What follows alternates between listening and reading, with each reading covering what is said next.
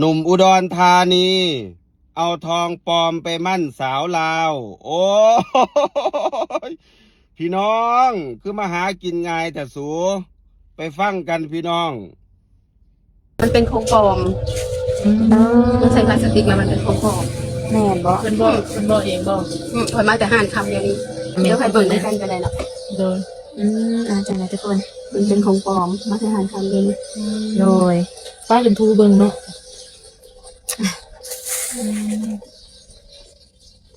ความรู้สึก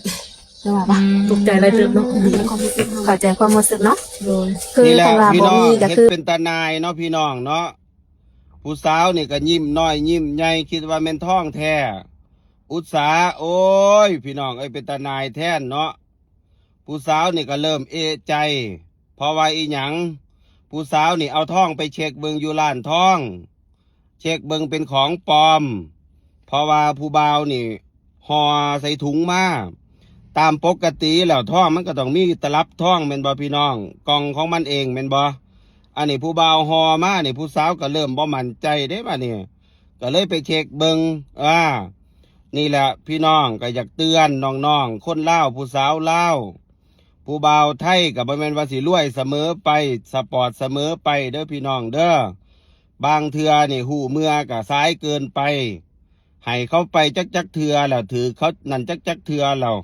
พวมสิมาหูโตสุดท้ายก็ขาดทุน เป็นอุทาหรณ์เด้อพี่น้องเด้อ นี่แหละเนาะให้มันเป็นผู้เฮียนซะสำหรับผู้ใดที่อยากได้อะเนาะเป็นคนมักได้อะนะเนาะเวลาเขาให้ก็ยิ้มไปเป้ยมันบ่คิดว่าของแท้เนาะนี่แหละไปอยู่ไปนอนนำเขามันบ่คิดว่าเขามีเงินมีคำเนาะ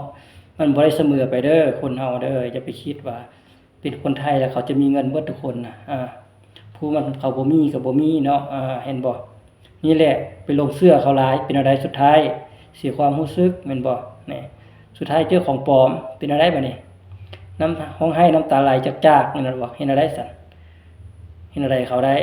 ในตัวเองลงเสื้อเขาเนาะแม่นบ่สิไปโทษคนอื่นก็โทษบ่เป็นแม่นบ่ก็ต้องโทษตัวเองเพราะว่าตัวเองเป็นคนมักได้มักอยากได้แม่นบ่คิดว่าเป็นครูบ่าวไทยแล้วเขาจะมีเงินตลอดมีเงินหมดทุกคนให้คิดดีๆเนาะบางคนเขาก็มาดีบางคนเขาก็มาเพื่อหวังเพื่อหวังลอกเฮาแหละเนาะเขาได้ย่ำได้กินของเฮาแล้วให้อะไรบัดนี้เขาก็เอาอันมานี่มาให้คิดว่าของแท้บ่ซั่นมันบ่แม่นของแท้ก็มีเด้อ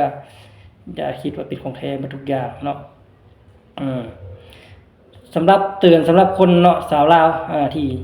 จากลมผู้บ่าวไทยส่วนหลายค่อยไปเห็นผู้ที่ลงไปถ่ายคอนเทนต์